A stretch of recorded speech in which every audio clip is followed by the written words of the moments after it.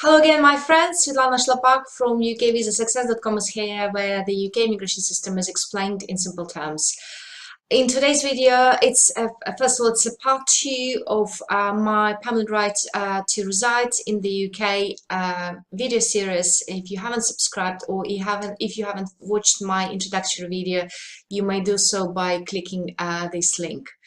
And this is part 2 of my video series where I will be explaining the right to reside in the UK permanently for family members of EU nationals. So the first category was dedicated to EU nationals who were working and exercising treaty rights by the way of studying or being self-sufficient, etc.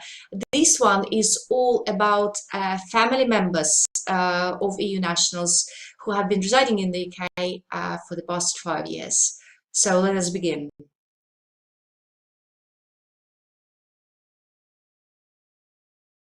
According to the rules, this category is for family members of the EU nationals who are not EU nationals themselves but who have resided in the UK with their EU national family member in accordance with the regulations for a continuous period of 5 years.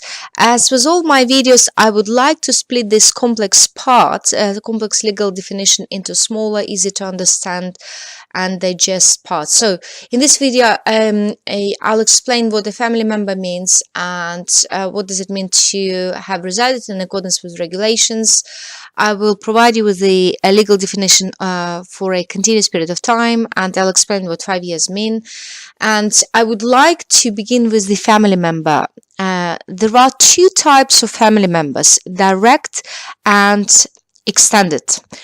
Direct family members include spouses and civil partners, direct descendants, children, grandchildren, etc., of him or his spouse or his civil partner, who are either under the age of 21 or they are dependent on the EU national, his spouse or civil partner, and the dependent direct relatives in the ascending line, parents, grandparents, etc., of the EU national or his civil partner. It is very important to note that family members of students include only spouse and children.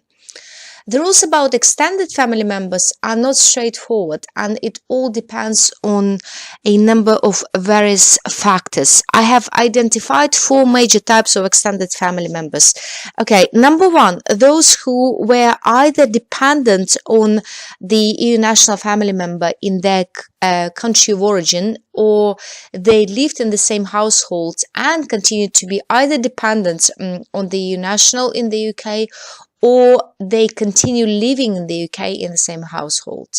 The second type is about a person who is a relative of an EU national or his or her spouse or a civil partner, and due to serious health grounds requires the personal care of an EU national, his spouse or his civil partner.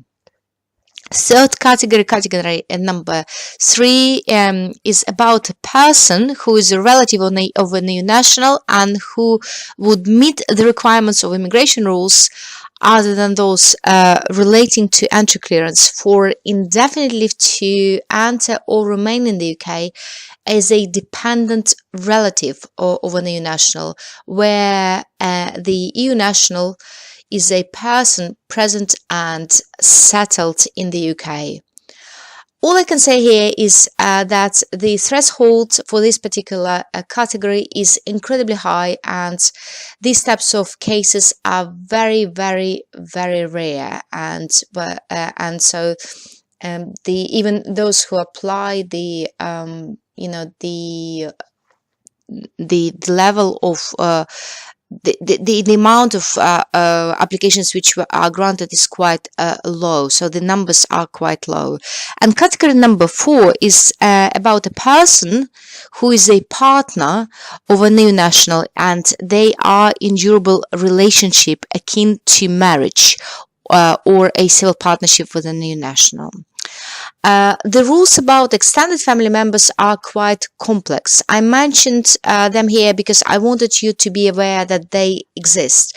So if you think that you belong to the extended family member category, but you would like to double check whether you indeed belong to this particular category, you may find it useful to get a practical guide on permanent right to reside in the UK for EU nationals and their family members. If you have subscribed to the permanent right to reside video series, you'll find the link in my emails. If you're not subscribed to this email series, you are more than welcome to do so at bit.ly/PR rules. This is completely free.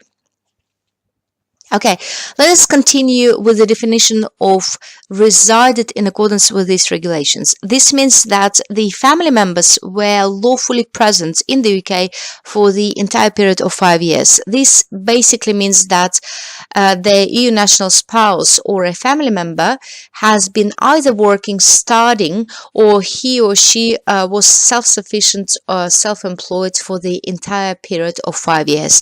So the majority, in the majority of cases, the non-EU national family members will always depend on their EU national relative.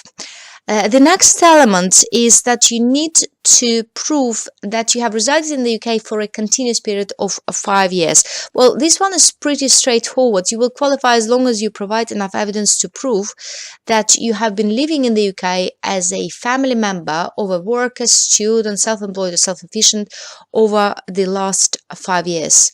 Moving on to the next part, you have resided in the UK for a continuous period. Generally, this means that your absences from the UK never exceeded more than 6 months in a year.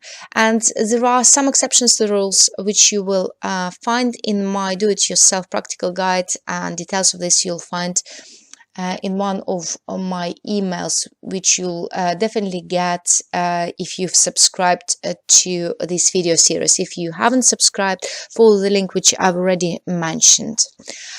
This is the end of part 2 of permanent residence right to reside series. If you are not subscribed, please do so at bit.ly/PR rules. It is important that you do this as soon as possible because, as you know, the rules are changing. And if you qualify, I strongly advise you that you apply as soon as possible. If you found this video useful, please like, subscribe, and share with those who may benefit from this information. This video was created by me, Svetlana Shlapak, at ukvisasuccess.com, where the UK immigration system is explained in simple terms. Have a great day.